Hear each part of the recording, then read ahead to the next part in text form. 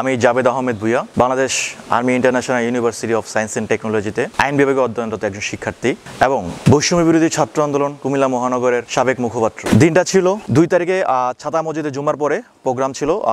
আমরা সকলে স্টুডেন্ট আবার এখানে জয়েন করি, কিন্তু এখানে আমাদের জুমার আগ থেকে এখানে সন্ত্রাস বাহিনী আওয়ামী লীগে তারা অবস্থান করতেছিল। তার প্রেক্ষিতে আমরা ভয় না করে সকল শিক্ষার্থীদের এখান থেকে আমরা মিছিল বের করে রেসকোর্স এবং শাসনগাছার দিকে মিছিল নিয়ে যাই। এবং তারপর দিন 3 তারিখ ছিল সবচেয়ে বড় মহেন্দ্রক্ষণ কুমিল্লার জন্য। আসলে যখনই আমাদের এই 3 তারিখের মিছিল আমরা পুলিশ লাইনের দিকে অগ্রসর হচ্ছিলাম, আমরা প্রায় মিছিলের 2/3 আমাদের মিছিল চলে গেছে পুলিশ লাইন ক্রস করে। তখন আবার বলে রাখি, এই আওয়ামী সন্ত্রাস বাহিনী যেটা নিউ মার্কেটের দিকে তারা অবস্থান করছিল, 2 সাইডেই তারা পুলিশ লাইনে এসে জড়ো হচ্ছিল।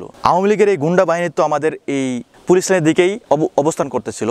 তারাও আমাদেরকে প্রথমার্ধে আমাদেরকে বলতেছে তোমরা চলে যাও। সো এইভাবে আমাদেরকে যাও বলেই আমি জাস্ট 3টা কদম দেওয়ার পর থেকেই দেখতে পাচ্ছিলাম যে একজন ঢিল মারতেছে, মানে ঢিল ছোড়াছুড়ি হচ্ছে। খুবই চেষ্টা করতেছিলাম যাতে কোনো বিশৃঙ্খলা না হয়, কারণ এখানে আমাদের অনেক মা বোন আছে, তো তাদের উপর একটা অনেক বড় একটা ম্যাসাকার হয়ে যাবে যদি বিশৃঙ্খলা হয়। সো চেষ্টা করতেছিলাম যেটা অফ করার জন্য, বাট সেটা হয়নি।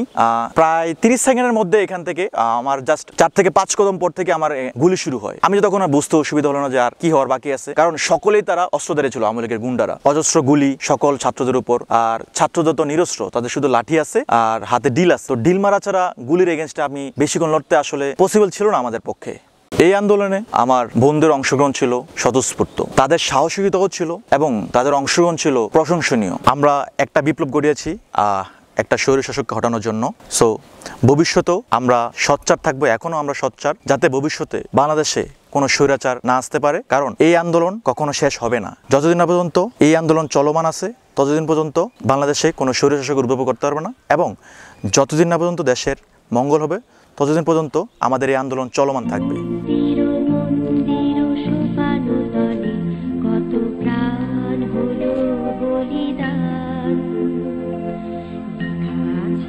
অশ্রু জলে